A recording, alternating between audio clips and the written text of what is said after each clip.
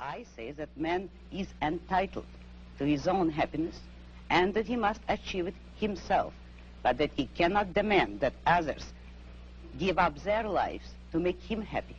And nor should he wish to sacrifice himself for the happiness of others. I hold that man should have self-esteem. And cannot man have self-esteem if he loves his fellow man? What's wrong with loving your fellow man? Christ, every important moral leader in man's history, has taught us that we should love one another. Why, then, is this kind of love, in your mind, immoral? It is immoral if it is a love placed above oneself. It is more than immoral, it's impossible. Because when you are asked to love everybody indiscriminately, that is, to love people without any standard, to love them regardless of the fact of whether they have any value or virtue, you are asked to love nobody. But in a sense, in your book, you talk about love as if it were a business deal of some kind. Isn't the essence of love that it is above self-interest? Well, let me make it concrete for you. What would it mean to have love above self-interest? It would mean, for instance, that a husband would tell his wife, if he were moral, according to the conventional morality, that I am marrying you just for your own sake.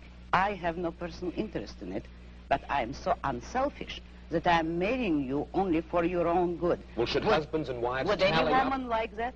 Should husbands and wives tally up at the end of the day and say, well, now, wait a minute. I love her if she's done enough for me today, or she loves me if I have properly performed my functions? No, you misunderstood me. That is not how love should be treated. I agree with you that it should be treated like a business deal, but every business has to have its own terms and its own kind of currency. And in love, the currency is virtue.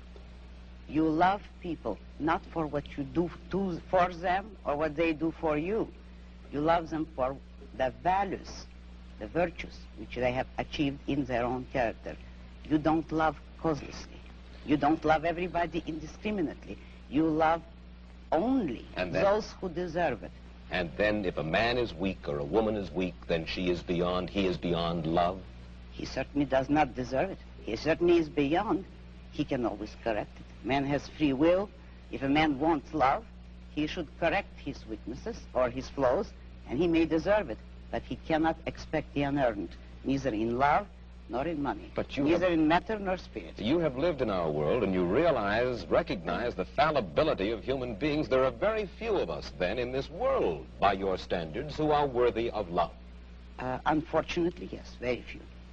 But it is open to everybody to make themselves worthy of it, and that is all that my morality offers them. If they will a way to make themselves worthy of love, although that's not the primary motive.